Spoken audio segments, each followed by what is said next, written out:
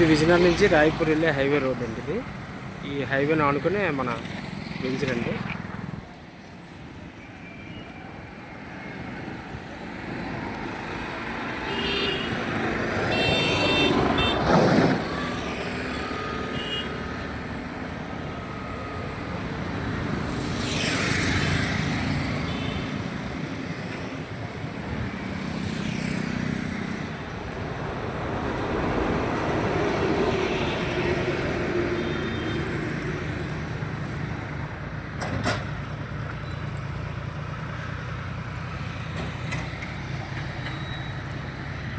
అదే ఆ లారీ కనబడింది జేఎన్టీ రోడ్ అండి.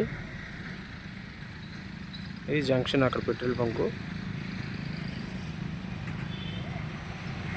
2 రోడ్లు.